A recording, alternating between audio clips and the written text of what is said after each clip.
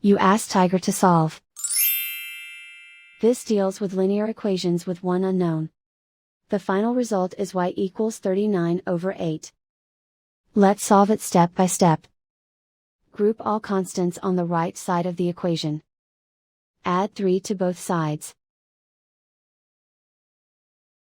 Simplify the arithmetic. Convert the integer into a fraction. Combine the fractions. Combine the numerators. Isolate the y. Multiply both sides by inverse fraction 3/2. Group like terms. Multiply the coefficients. Simplify the fraction. Multiply the fractions.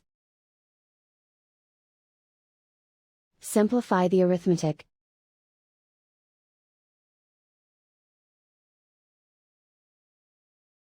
And so the final result is y equals 39/8.